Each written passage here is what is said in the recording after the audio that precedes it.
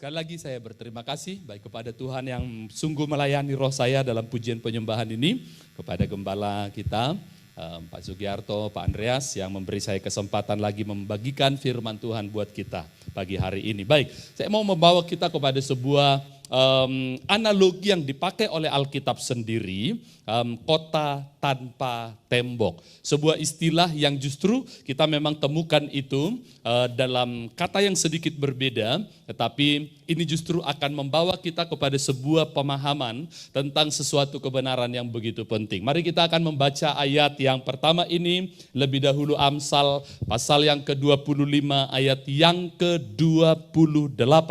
Saudara boleh membaca di layar atau juga membaca di Alkitab saudara. Tapi saya mau mengajak kita untuk membacanya dengan bersuara. Amsal 25 ayat 28 bersama dengan saya 1, 2, 3. Orang yang tidak dapat mengendalikan diri adalah seperti kota yang roboh temboknya. Perhatikan frasa yang dipakai, kota yang roboh temboknya. Artinya suatu kota yang sudah tidak lagi memiliki tembok. Tentu ada penggunaan analogi yang barangkali nanti kita bisa bandingkan perbedaannya dengan konteks di mana kita sekarang. Tapi saya tertarik untuk melihat, biasanya saya menyempatkan untuk membaca juga di dalam bahasa asli. Kalau kebetulan Tuhan memberi saya kesempatan untuk studi dalam studi bahasa asli Alkitab, bahasa Ibrani, bahasa Yunani, dan saya menemukan ada sedikit perbedaan, bukan terjemahan yang salah sesungguhnya, tetapi tidak terlalu tepat menggambarkan. Kalau di dalam bahasa Indonesia, frasa yang di paling awal disebut orang yang tidak dapat mengendalikan diri, itu biasanya kita langsung pahami seorang yang temperamennya gampang meledak-ledak. Seorang yang apabila sedikit tersinggung langsung keluar tanduknya. Biasanya orang yang langsung nyamber kalau sekali waktu kepentingannya itu diutak-atik. Biasanya itulah yang kita pahami ketika dipakai istilah orang yang tidak dapat mengendalikan diri. Tetapi kalau kita membaca di bahasa Ibrani, pengertiannya lebih luas dari sekedar itu. Tentu orang yang tidak dapat mengendalikan diri adalah akibat dari unsur pokoknya, yang kalau saya bandingkan dengan King James Version yang nampaknya cenderung lebih literal, maka terjemahannya biasanya akan diungkapkan seperti ini. He that hath no rule over his own spirit. Jadi kalau dilihat di sana, kata yang dipakai orang yang tidak dapat mengendalikan diri, pada dasarnya adalah mereka yang tidak menguasai rohnya. Nah, kata Ibrani ruah atau ruho, kata rohnya itu nampaknya diterjemahkan cukup literal dalam ayat ini. Jadi rupanya ketika roh seseorang dalam kondisi yang tidak terkendali, dalam kondisi yang tidak cukup sehat prima, dalam kondisi yang tidak terpelihara. Nah, beberapa ungkapan yang bisa dipakai di sana, barulah digambarkan orang seperti ini, seperti kota yang sudah roboh temboknya, broken down and without walls. Yang tembok kotanya itu sudah enggak ada, sudah hancur, sudah remuk, dan selanjutnya. Oke. Nah, ini yang kita sejenak pahami. Kita mulai dengan analoginya lebih dahulu. Kota yang bertembok kuat itu kalau secara sederhananya diartikan sebagai kota yang nanti saya bisa jelaskan sedikit.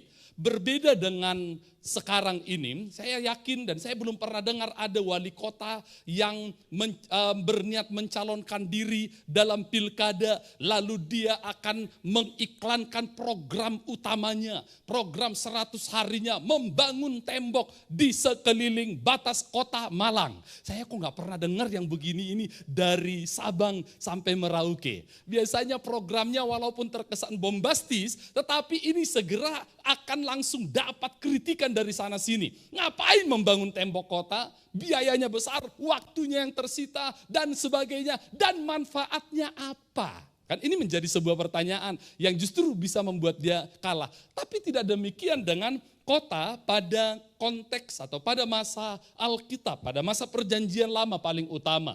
Karena kota yang bertembok ini justru sekaligus menandakan kota tersebut itu adalah kota yang sudah maju, kota yang sudah modern, kota yang bukan lagi yang baru membangun citra, bukan lagi yang masih bergumul hanya sekedar bisa makan hari ini. Karena betul membangun tembok kota itu memang membutuhkan biaya yang cukup besar.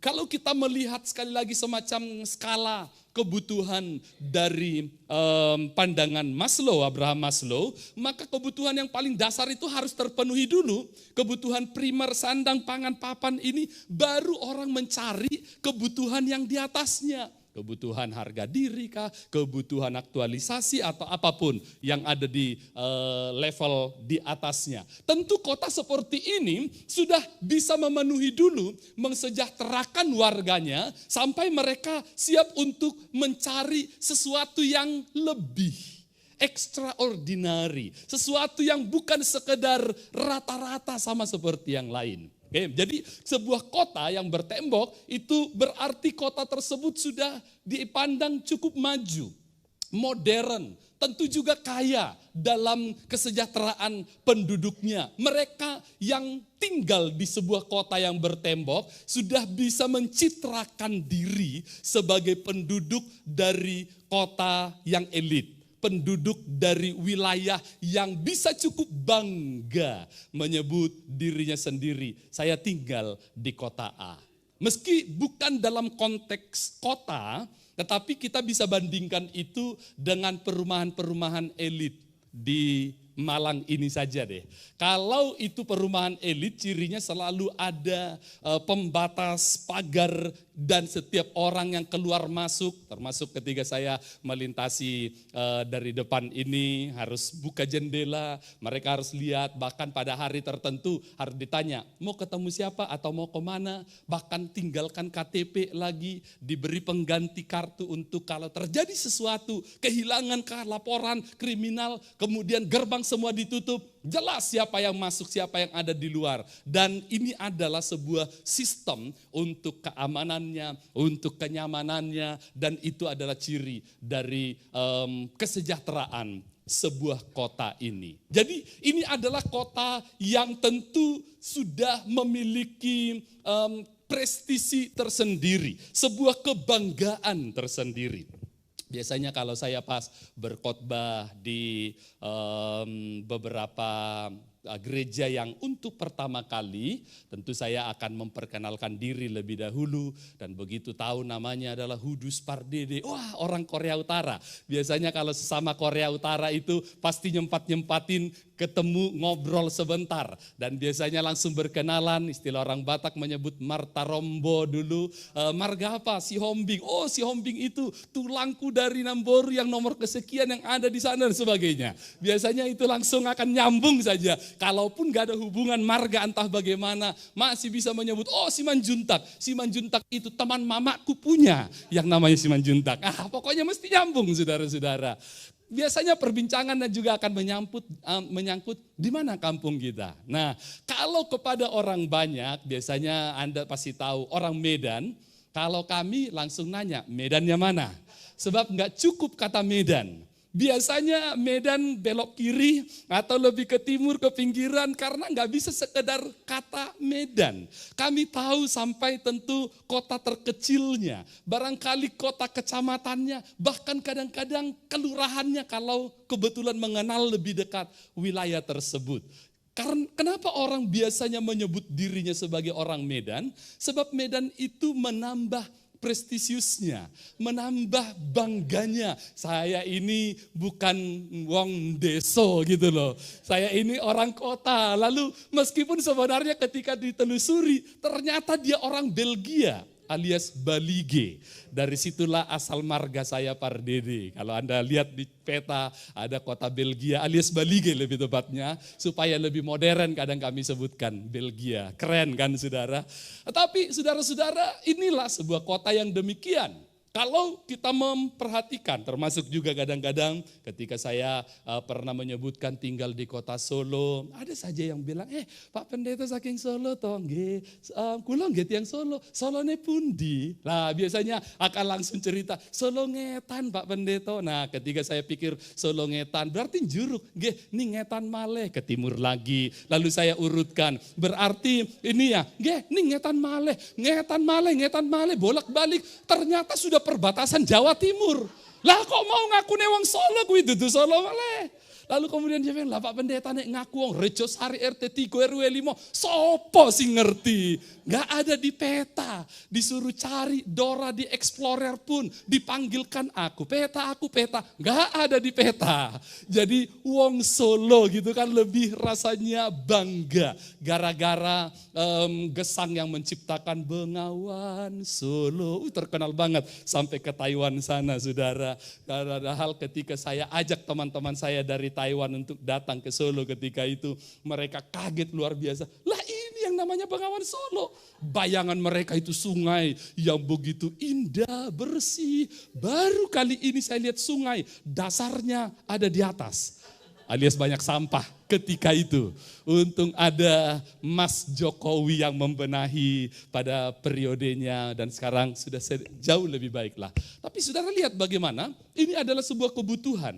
Maka kita sudah bisa membayangkan apabila sebuah kota itu sudah sampai roboh temboknya, hilanglah semua apa yang tadinya dibanggakan, hancurlah semua sesuatu yang tadinya diatur sedemikian rupa agar yang tinggal di sana merasa aman. Ya tidak aman lagi. Karena setiap orang bisa bebas belas-belas masuk. Dan kemudian mungkin bahkan mencuri, membuat perencanaan apapun. Tentu juga kenyamanannya sudah tidak seperti pada waktu kota itu masih utuh. Kejayaan, kebanggaannya. Saudara tentu kalau Anda pernah berkesempatan mengadakan perjalanan Holy Land Tour ke Israel sana, walaupun sebenarnya Alkitab tidak mengenal istilah tersebut. Tapi anyway, Anda akan selalu dibawa ke salah satu situs yang semacam wajib dikunjungi, yaitu Tembok Ratapan.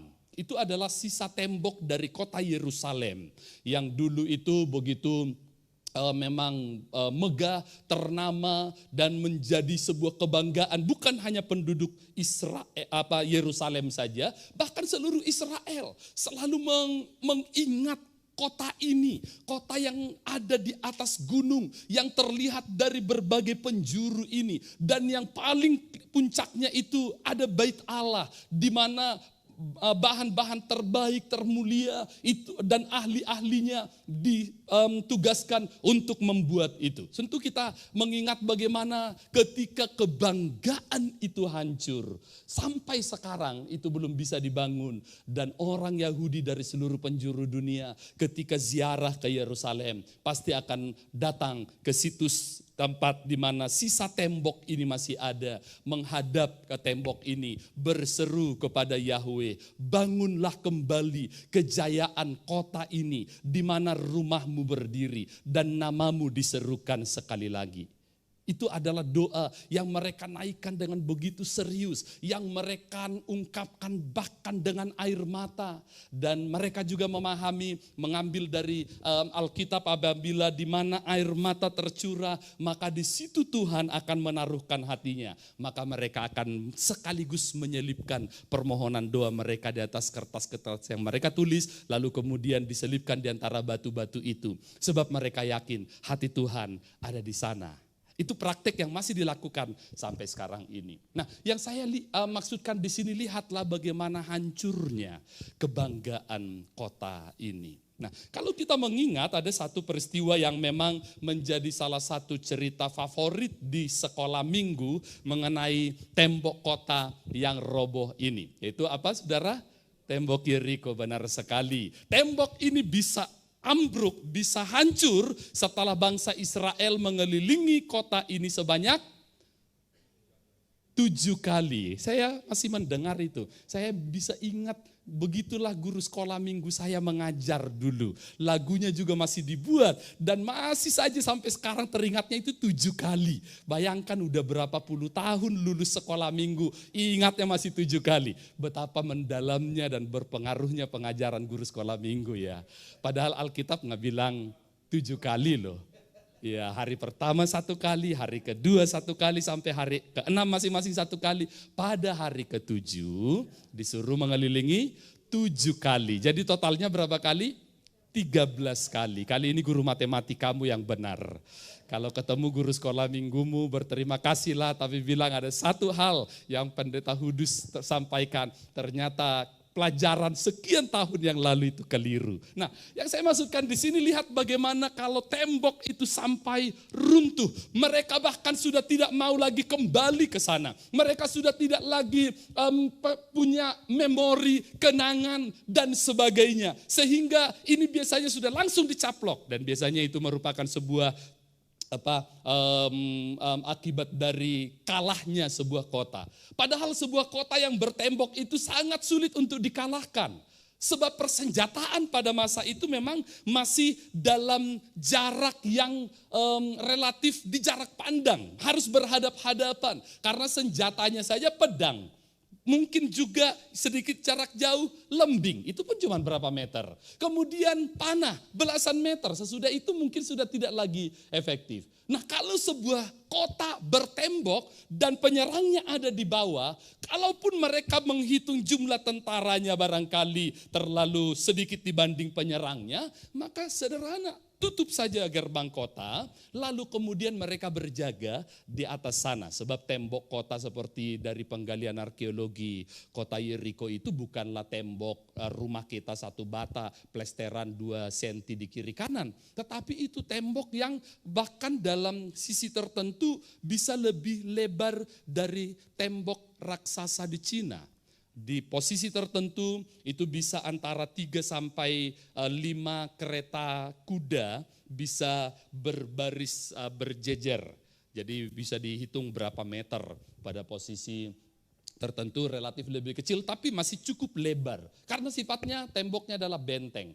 Kalau bentengnya itu sudah roboh, maka apa yang bisa dipertahankan? Apa yang telah ditumpuk, dimiliki harta kekayaan dan sebagainya, itu akan habis lenyap. Apalagi hukum perang pada waktu itu masih memungkinkan menghabisi seluruh penduduk kota. Setelah ditawarkan perjanjian damai dan tidak diterima, maka kalau tidak diterima, perang bisa habis-habisan sampai kepada anak-anak, ibu-ibu, bayi sekalipun. Itu masih dianggap wajar dalam konteks perang pada masa itu. Hancur semuanya. Nah, gambaran seperti inilah yang kemudian dipakai oleh penulis Amsal tadi, menggambarkan apabila seseorang itu tidak memelihara rohnya, maka gambarannya itu seperti kota yang sudah roboh temboknya. Ini gambaran yang sebenarnya kita bayangkan, wow, berarti apapun yang kita bangun selama bertahun-tahun, prestasi kah, kebanggaan kah, pendidikan kah, keluarga kah, harta apapun, itu bisa hilang lenyap, hancur, tidak berarti kalau rohnya dalam kondisi yang tidak terpelihara, dalam kondisi yang sudah hancur remuk. Nah, sekarang mungkin kita bertanya, loh kok bisa roboh? Bukankah tembok kotanya saja itu bisa sekian meter? Ya, walaupun ada kasus-kasus khusus di mana Tuhan melakukan tindakan yang seperti mujizat menghancurkan temboknya, tapi dari catatan sejarah kebanyakan tembok kota yang roboh pada waktu itu bukan dengan cara-cara supranatural, tetapi sebenarnya justru alami, proses yang bertahap, proses yang berlangsung cukup lama, berlarut. Tetapi itu terjadi karena apa? Pembiaran. Lihatlah bagaimana lapisan pengamanan di LP penjara itu bisa bobol juga. Masih belum lama ketika kita mendengar sekian narapidana warga negara asing pula lolos dari LP yang di Denpasar, ya, baru beberapa bulan yang lalu, kerobokan, ya. Dan kita heran, loh, ini berlapis kok bisa?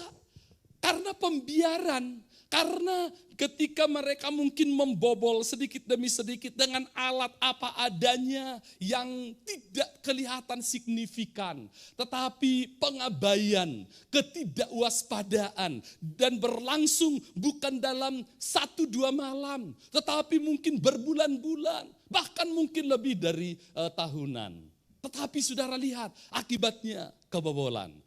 Dan kasus yang sama sesungguhnya juga terjadi dalam kehidupan orang yang roboh temboknya. Tiba-tiba yang kita dengarkan yang membuat kita kaget adalah seorang pendeta yang dipakai Tuhan dengan luar biasa. Khotbahnya bernyala-nyala, doanya berkuasa, segala penyakit disembuhkannya. Yang buta melihat, yang tuli mendengar, sakit panu juga dilenyapkan. Tapi kemudian kita kaget minggu berikutnya dia sudah tidak boleh khotbah karena jatuh dalam dosa. Kok bisa ya? Kita biasanya kaget karena langsung melihat keruntuhannya. Tetapi sebenarnya itu sesuatu yang sudah berlangsung sekian lama. Itu karena dia tidak memelihara rohnya. Itu karena dia telah mulai kehilangan kepekaannya. Itu telah membuat dia sudah tidak lagi merasa sesuatu yang salah apabila terus-menerus ditolerir, diizinkan, dibiarkan. Menjadi sepertinya benar. Dan Anda bisa lihat itu di sekeliling kita. Sesuatu yang pada dasarnya salah. Tapi kita anggap demikian. Sudah biasanya begitu kok. Di Sumatera Utara biasanya ada orang-orang dari luar daerah mengatakan banyak sekali di sini ya yang buta warna. Saya tanya emang kenapa? Karena di sini warna apa saja enggak berbeda dalam pandangan orang. Ketika lampu hijau artinya jalan, kuning artinya ngebut, merah artinya serobot. Jadi enggak ada bedanya. Jadi buta warna ini loh saudara. Dan itu sudah dianggap mulai benar. Karena cukup banyak yang demikian. Setiap orang sepertinya berperilaku. Malah ketika kita berhenti, ketika sudah kuning, kita diklaksonin. Tin, tin, tin. Padahal kita yang sedang menaati kuning itu berarti sudah waspada. Dalam hitungan beberapa detik, kita sudah akan menghadapi yang merah. Tapi justru kita jadi salah saudara-saudara. Ini orang-orang yang telah kehilangan kendali, kepekaan, kesehatan dari rohnya. Dan ini terjadi dalam kehidupan mulai dari mereka-mereka yang ada di pimpinan lembaga kerohanian, pendeta, paus sekalipun kalau bisa ditelusuri dari sejarah sampai kepada orang-orang yang sepertinya biasa-biasa saja. Paulus pun bahkan selalu mengingatkan dirinya tentang hal ini. Aku selalu harus mendisiplin diriku, tubuhku. Jangan sampai sesudah aku walaupun seorang rasul memberitakan Injil, aku sendiri ditolaknya. Wow, seorang rasul saja menyadari kerawanan itu ada pada dirinya. Terlebih setiap kita, saudara-saudara. Ini adalah sebuah peringatan yang sangat penting harus kita perhatikan. Paulus mengalimatkannya dalam bahasa yang cukup menarik. 1 Tesalonika 5 ayat 23. Ini adalah doanya, berupa doa tetapi juga sekaligus menjadi sebuah target. Inilah yang aku harapkan terjadi atas umat Tuhan. Semoga Allah damai sejahtera menguduskan kamu seluruhnya, dan semoga roh, jiwa, dan tubuhmu terpelihara sempurna dan tak bercacat pada kedatangan Yesus Kristus Tuhan kita. Mari perhatikan sejenak dua kata yang saya beri warna yang berbeda ini.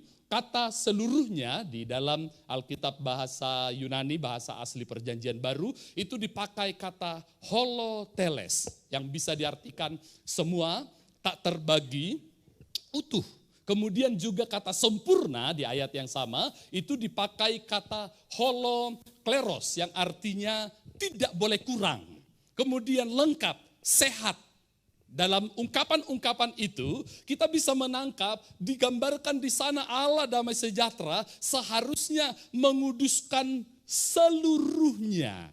Seluruhnya ini itu mencakup segala sesuatunya.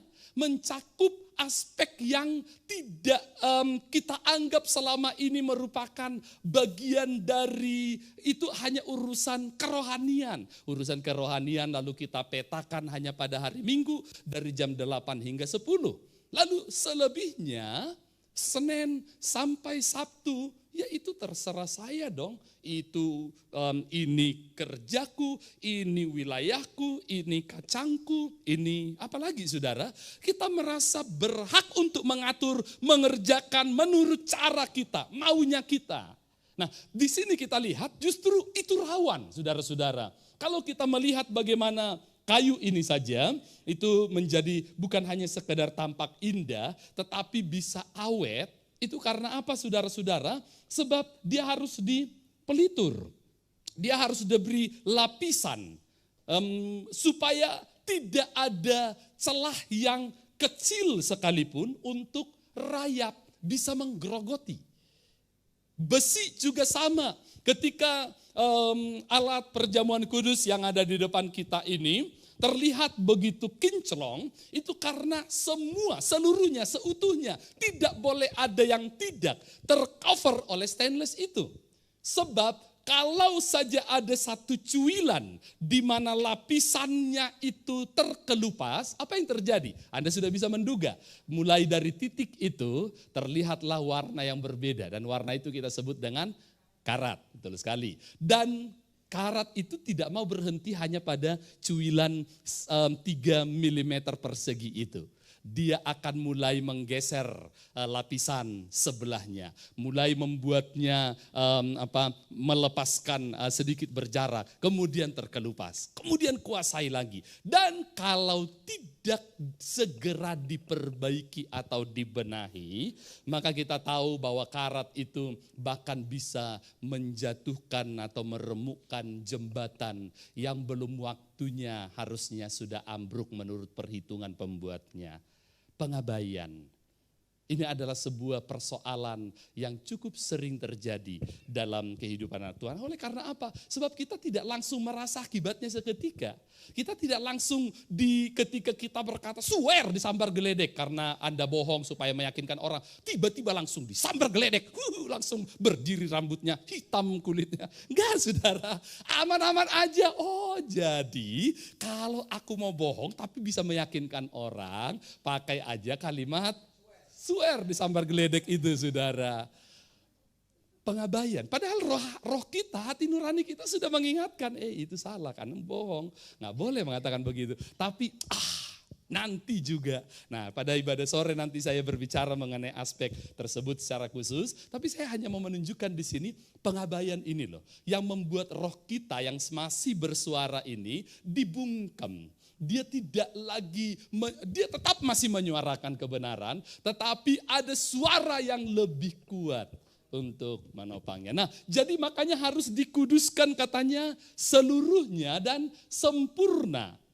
Bayangkan apa yang terjadi kalau evolusi tak sempurna. Matanya memang menggoda, bibirnya aduhai, tapi bulunya alamak. Siapa yang mau jadi pacarnya saudara? Evolusi apabila tidak sempurna, mungkin ada hal yang menonjol, tetapi tetap saja sisanya yang belum dikuduskan, diproses utuh dan sempurna, itu menjadi sebuah ganjalan. Itu menjadi sesuatu yang rasanya, hidup anak Tuhan juga demikian. Prospek kita kan harus menjadi semakin seperti Yesus Kristus Tuhan kita. Tapi kita melihat rupanya dalam hal tertentu kehadiran di hari Minggu, oke sudah lumayan puji Tuhan. Tapi coba kita lihat dalam keseharian. Bukan hanya di hari Minggunya. Saya pernah berkhotbah di satu gereja dan di baris terdepan itu ada rupanya seorang yang punya itu kursi langganannya, nggak akan diambil oleh orang lain. Di satu sisi saya pernah jadi gembala, jadi itu menguntungkan bagi kami gembala, mudah untuk mengabsen jemaat. Ada kursi kebesaran masing-masing, yang apabila kursi itu kosong, si ini nggak ada. Saya nggak tahu di sini, saya baru kedua kali ada di sini. Anyway, dan saya perhatikan dia tidak sendiri, istri, anak-anaknya juga diajak ibadah, bahkan juga termasuk semua asisten rumah tangga, supirnya di baris yang kedua dan selanjutnya. Di ibadah saya melihat orangnya luar biasa semangatnya, pujian dan sebagainya. Dan salah satu pujian yang dinyanyikan setelah sebuah lagu penyembahan adalah Ku kasihi kau dengan kasih Tuhan. Dan worship leader mengajak mari bersalaman satu dengan yang lain pada orang-orang terdekatmu secara khusus. Wah, orangnya juga bersemangat. Saudara-saudara bersalaman. Ku kasihi kau dengan kasih Tuhan. Senyumnya juga oke saya pikir tanpa harus memakai Pepsodent. Tetapi yang saya perhatikan adalah orang-orang yang disalaminya itu tidak membalas dengan senyum Pepsodent juga. Malah saya mulai perhatikan mereka itu cukup kreatif nge-rap. Ku kasihi kau dengan kasih Tuhan. Apa iya, apa benar? Ku kasihi kau dengan kasih Tuhan. Gombal, gombal. Kulihat di wajahmu ada udang di balik batu. Saya bingung, loh kok dia begitu ramah tapi orang-orang di salaminya enggak kelihatan sepertinya. Nah, saya baru bertanya kepada pendeta, saya perhatikan seperti ini. Lalu dia bilang, dia ketawa, begitulah orang-orang yang berdekatan dengan dia memang bekerja untuk dia, sopirnya, asisten rumah tangga dan sebagainya, dan tahu kesehariannya. Jadi kalaupun bilang ku kasihi kau dengan kasih Tuhan, ya itu tadi nge-rapnya itu loh saudara. Sebab mereka lihat ini orang kalau cuma di gereja aja memang penuh Roh Kudus, setelah itu penuh Rokok Kudus. Memang kalau di gereja senyum seperti Meriam Belina, tapi setelah itu kalau marah itu seperti Meriam beneran. Lihat betapa perbedaannya antara 2 jam dengan kesekian jam yang ada. Nah saudara, rupanya ada area yang bocor, tidak dikuduskan sepenuhnya. Dan frasa yang lain yang juga di ayat yang sama, itu tak bercacat, dalam bahasa Yunaninya dipakai di sana amempetos, yang juga bisa diterjemahkan tidak rusak atau tidak bocor. Jadi kalau kita baca agak literal, semoga roh, jiwa dan tubuhmu terpelihara sempurna dan tidak bocor. Kira-kira bisa begitu saudara. Rupanya bisa terjadi kebocoran loh. Kebocoran dalam aspek mana saja. Ternyata bukan soal roh saja, tapi bisa di area jiwa, bisa di area tubuh kita. Bisa di area keuangan yang kita pikir loh itu kan terserah aku dong, yang penting mungkin kalau Anda sudah memberi persepuluhan 1/10 milik Tuhan, 90% ya milik saya. Tetapi saudara-saudara 90% ini bukan berarti sepenuhnya apapun yang kau inginkan dengan dalam penggunaannya. Itu semua ada dalam ranah atau wilayah kekuasaan, kedaulatan Tuhan, dan dia masih berhak untuk memberikan kepada Anda petunjuk tentang bagaimana untuk mengelola, menggunakannya. Tapi saudara-saudara ini bisa bocor oleh karena kita memelihara roh mamon, ketidakjujuran, kecurangan dan sebagainya. Bisa jadi itu di area pekerjaan, walaupun mungkin dalam area ibadah, persekutuan atau apa, Anda adalah orang yang nomor 1 tidak pernah bolong. Tapi bagaimana Anda mengerjakan atau mewujudkan nilai-nilai dari kebenaran firman, pujian, penyembahan yang kita dapatkan dalam keseharian, bocornya di situ. Gak heran diisi penuh di sini, tetapi bocor ketika bertemu dengan istri di rumah, ketika berurusan dengan pegawai, ketika kita berelasi dengan tetangga dan sebagainya. Maka tidak heran meskipun kita diisi penuh, tetapi tetap saja tidak pernah merasa ada sebuah keteduhan, ketenangan, kekuatan. Bisa saja jiwa kita yang memelihara kebencian, kemarahan. Setiap ketika masuk kantor, lalu kemudian masih bisa ceria, menyapa teman dan sebagainya. Lalu masuklah seseorang, begitu lihat mukanya, lu lagi. Mulai deh, bahkan ketika dia mulai berbincang dengan teman yang lain, pasti aku yang diomongin. Ini aku coba buktikan. Pura-pura lewat, ketika Anda lewat mendekat, mereka langsung diam. Nah bener kan, aku tadi yang diomongin. Sebab begitu menjauh lagi, langsung nyambung ceritanya. Tuh buktinya, pengen ku jambak giginya. Saudara lihat Anda, damai sejahtera yang Tuhan beri kepada kita itu begitu melimpah, tapi lalu bocor. Setiap kali ada dia, kita sudah tidak menikmati pekerjaan kita. Kita sudah tidak menikmati hidup kita. Jam-jam yang harusnya penuh dengan ungkapan syukur, keceriaan, dan bisa menikmatinya. Setiap kali dia ada, ya lu lagi. Saudara lihat di sini, karena Anda menyimpan, lebih tepatnya membocor di area tersebut. Demikian juga dengan area rumah tangga atau barangkali jaminan masa depan yang ketika remaja putri atau gadis yang umurnya konon sudah hampir kadaluarsa, kok jodoh belum dapat juga. Lalu gimana ya, apalagi tuntutan orang tua, setiap kali ada yang menikah, kapan? Maybe yes, maybe no. Saudara, ini menjadi sebuah beban. Akhirnya lalu kita mulai mempertimbangkan, ya sudahlah mumpung ada yang parkir, mumpung ada yang mampir. Biasanya kita akan memakai alasan orangnya baik kok, orangnya enggak macam-macam, boleh kok aku ke gereja. Kita baru hanya melihatnya soal sekarang ini, tetapi itu sudah menjadi sebuah kebocoran.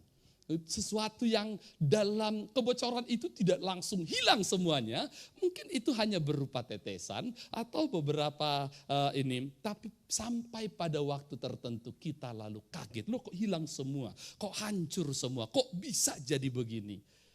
Pengabaian saudara-saudara atau di area hubungan dengan orang-orang tertentu. Nah saudara, itulah yang Yesus ingatkan.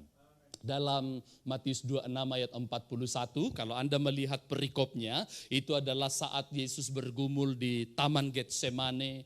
Pada waktu dia menghadapi dilema antara dia tahu betapa menderitanya hari berikut yang akan dia jalani, perjalanan salib, Via Dolorosa sampai kepada penyiksaan hingga kematian. Dan sekian waktu itu adalah jam hidup terpanjang yang mungkin pernah dia alami. Tetapi kemudian dia dilematis dengan melihat saudara-saudara, mengingat Anda dan saya. Dan kita tahu nanti dalam puncak doanya, di situ dia berkata, Bapa bukan kehendakku yang jadi, tapi kehendakmu lah. Nah, lalu dia temui waktu itu murid-muridnya, dalam masa pergumulan itu, tolong aku seperti mau mati rasanya, tolong berdoa untuk aku.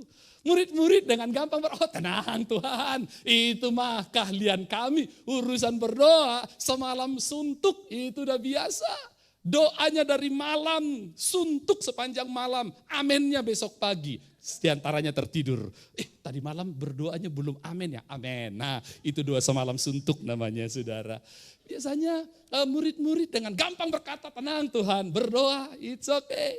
Tapi 3 kali kita tahu Yesus menemui mereka dan masih didapati dalam kondisi tertidur. Ini yang Yesus ungkapkan, berjaga-jagalah dan berdoalah supaya kamu jangan jatuh ke dalam pencobaan. Lihat frase yang berikut, roh memang penurut, rohmu memang aku tahu, kamu mau berdoa, aku tahu bahwa kamu itu tidak ingin membantah, aku tahu bahwa rohmu tetap bersuara, iya ini saatnya kita harus berdoa. Tetapi daging lemah. Rupanya bocornya bisa di situ loh saudara. Bukan karena roh kita itu sudah kehilangan kemampuan untuk menangkap apa yang memang Tuhan ingin katakan dan nyatakan. Tetapi daging yang lemah.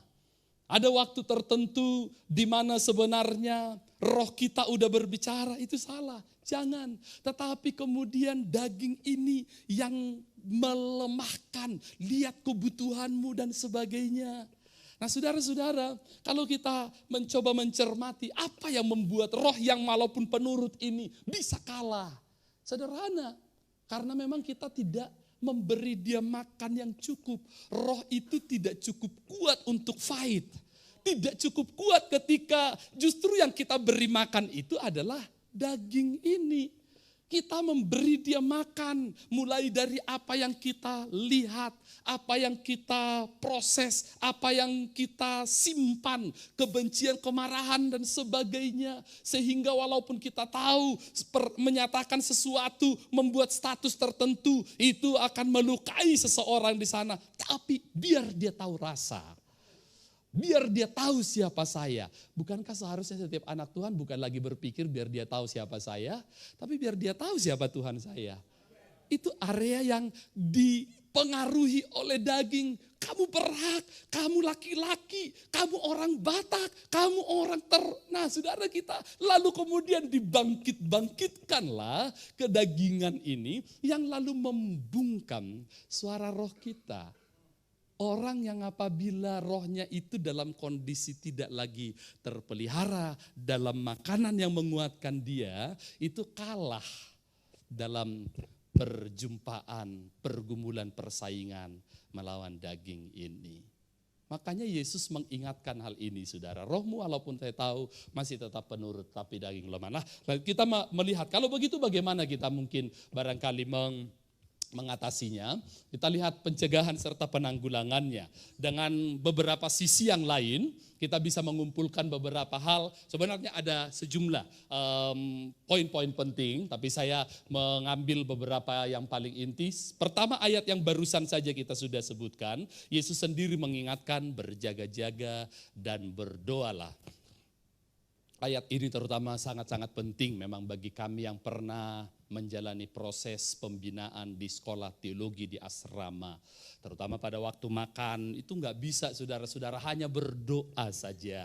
Karena berdoa saja ayam goreng di piring itu bisa masih hidup dan lari entah kemana. Amin. Loh kok sudah nggak ada. Makanya kakak tingkat saya mengajari, makanya Hudus jangan cuma berdoa. Yesus bilang berjaga-jaga. Gimana caranya kak? Satu mata berjaga, satu mata berdoa.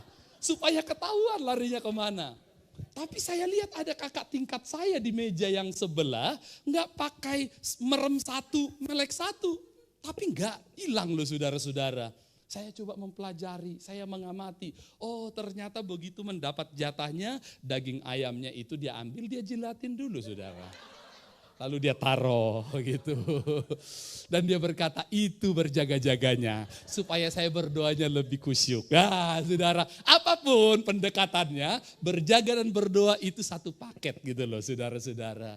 Jadi mari kita akan meningkatkan kewaspadaan. Dan bagaimana kita bisa berjaga-jaga, mengetahui mana yang palsu dan keliru, itu tentu dengan mengenal kebenaran.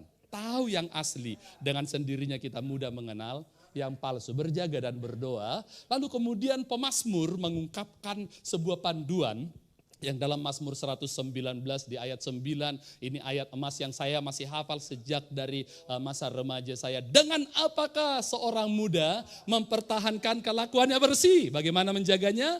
Dengan menjaganya sesuai dengan firman Tuhan.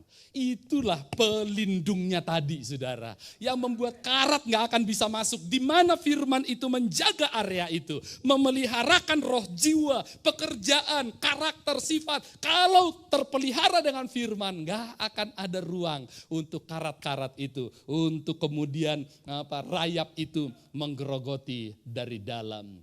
Dalam hatiku, di ayat 11 menyebutkan, dalam hatiku aku menyimpan janji-janjimu, supaya aku jangan berdosa terhadap engkau. Ini adalah sebuah panduan yang jelas, meminimalkan, menghindarkan, mencegah sama sekali, selama kita tercover dalam area tersebut. Kemudian, bisa dikembalikan lagi, kemudian, saya bisa lanjutkan, gak apa-apa. Kemudian juga Paulus, firman Tuhan memberikan kepada kita panduan yang berikut ini, Amsal 4 ayat 23, jaga hati dengan segala kewaspadaan. Sebab ini bukan sesuatu yang tampak luar, tetapi itu sesuatu yang sekalipun tersimpan, terluput dari perhatian orang luar. Tetapi dari situlah sebenarnya, dari situ terpancar kehidupan. Terpancar kehidupan. Jadi apa yang tampak keluar itu dimulai dari sana. Saya bisa menggambarkan hati itu seperti tanah yang subur. Benih apa saja yang ditabur itu akan bertumbuh dengan begitu subur. Nah, tinggal bagaimana kita memastikan benih-benih yang baik. Apa yang baik, yang indah, mulia, sedap didengar. Pikirkanlah, taruhkan itu dalam hatimu. Maka engkau akan dipenuhi dengan damai sejahtera. Maka itu akan terlihat dari kosakata. Itu akan terlihat dari ketika Yesus menggambarkannya dengan gambaran yang berbeda. Kalau orang itu mengeluarkan perkataan, itu kan dari perbendaharaannya. Tidak dari inspirasi seketika. Itu sudah disimpan dulu, itu sudah ada dulu. Ketika anak saya yang laki-laki waktu berumur masih sekitar 3 tahun, saya pernah membawa dia ke ATM. Supaya untuk menunjukkan seperti apa ATM itu bekerja. Lalu saya berikan dia ATM, saya suruh dia masukkan di sini, dia masukin. Pencet angka ini, dia sudah mengenal angka waktu itu, nomor PIN saya. Lalu kemudian pencet yang ini. Dan ketika dalam hitungan beberapa detik keluar duit, cet. Wis, dia kaget. Enak banget ya Pak, pencet-pencet gitu doang duit keluar, begitu. Pada waktu yang berbeda, saya biasanya akan pergi pelayanan ke luar kota, pamit. Saya mau ke Jakarta, mau kemana, begitu untuk pelayanan. Ngapain sih Pak pergi melulu? Lalu saya jelaskan kepadanya bahwa ini adalah pertama-tama panggilan atau dalam bahasa anak-anak tentunya yang Tuhan taruhkan. Dan juga Tuhan memberkati kita salah satunya untuk memenuhi kebutuhan kita dengan jalur yang sedemikian. Lalu dia berkata, oh enggak usah Pak, sini. ATM-nya aku ngerti kok gimana caranya, pencet-pencet keluar cet, nggak usah. Ya, sesuatu yang dia tidak pahami adalah itu duit bisa keluar karena saya sudah masukkan dulu di perbendaharaan rekening saya, begitu saudara.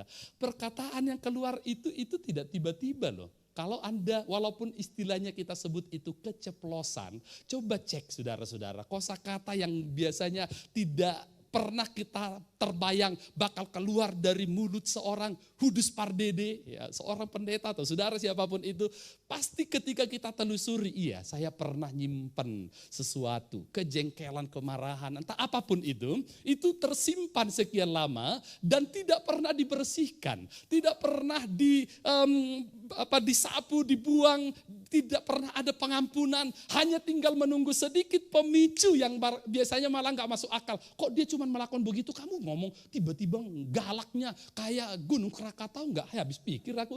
Itu bukan mendadak saudara, itu sebabnya mengapa jaga hati dengan segala kewaspadaan, kata Amsal. Tapi yang saya mau tunjukkan saudara, betapa besarnya keruntuhan hidup kita, tembok kota kita, jika roh itu tidak terpelihara. Dan yang terakhir bagaimana pemazmur yaitu Daud pernah juga ngalamin ancur-ancurannya banget. Udah hancur nih, udah gak ada harapan nih. Sebab dia telah melakukan dosa yang gak pernah bahkan terpikir untuk dilakukan seorang raja yang saleh yang bernama Daud itu. Tetapi setelah dia melakukan mulai dari perzinahan terhadap istri seorang prajuritnya, lalu untuk menutupinya merencanakan pembunuhan dari suaminya agar tampak alamiah, kemudian dia menikahi si janda, malah mendapat pujian, dia punya stok sekian banyak perawan, tapi lebih memilih janda pahlawan untuk mengangkat martabatnya. Iya, orang-orang ngacungin jempol, tapi Tuhan tahu motivasinya. Setelah ditegur oleh Nabi Nathan, dan ini Mazmur 51 kalau kita baca utuh itu sesuatu Mazmur yang luar biasa. Di mana salah satunya di dalam ayat yang ke-12 dan 13 dia katakan, beriku hati yang baru ya Allahku dan bangkitkan rohmu di dalamku. Leptahor berali Elohim weruah nakon, roh yang sama sekali baru karena yang ada ini sudah hancur, sudah rusak, sudah gak mungkin diperbaiki. Tapi Engkau Tuhan yang menciptakan aku, sanggup lagi bara menciptakan dari yang tidak ada menjadi ada, itu kata kerja yang dipakai. Dan kemudian satu permintaannya, ini berbeda dengan pendahulunya yang juga pernah keliru yaitu Raja Saul. Ketika ditegur oleh Samuel tentang kesalahannya, apa yang dia katakan? Pokoknya setidaknya kalaupun aku sudah salah, tolong tetap jaga wibawaku ya. Kita tetap berjalan seolah-olah gak ada masalah di depan rakyatku dan sebagainya. Itu yang membuat justru dia kehilangan legitimasinya. Dia tidak kehilangan tahtanya, dia tidak kehilangan hartanya, dia tidak kehilangan legitimasinya. Tapi dia telah kehilangan otoritas dari Tuhan. Sebaliknya Daud tidak meminta, tahtaku tolong Tuhan, harga diriku jangan sampai rusak Tuhan. Atau mungkin keluarga dan sebagainya. Dia hanya minta satu ini, jangan ambil rohmu dariku. Sebab apabila itu hilang aku masih punya semua yang lain lengkap. Itu enggak akan ada artinya. Roh yang dari Tuhan. Itu sebabnya mengapa Amsal tadi memberi sebuah gambaran kepada kita. Apabila roh seseorang itu sampai dalam kondisi tidak terpelihara, hancur, hilang, lenyap, ambruk semua yang dibangunnya. Pertanyaan terakhir, bagaimana dengan tembok kotamu? Masih utuhkah? atau sudah rubuh, atau luarnya tampak utuh, tapi di dalamnya sudah rapuh, sebab belum terlihat keluar.